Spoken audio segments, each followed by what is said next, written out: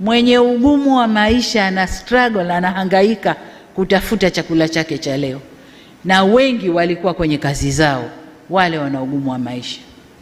Wengine hawakuwa na ugumu wa maisha, walikuwa wana sababu zao wenyewe.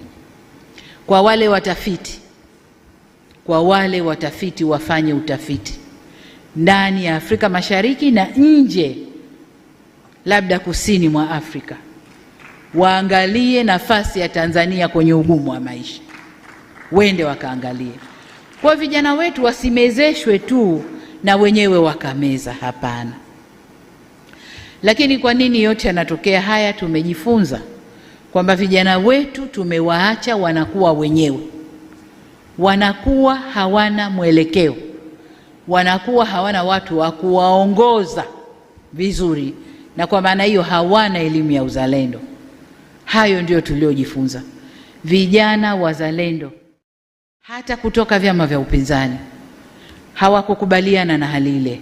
Walikuja kutuambia, jamani, kaeni vizuri, kuna hili linapangwa huku. Wale ni vijana wazalendo kutoka vyama vya upinzani.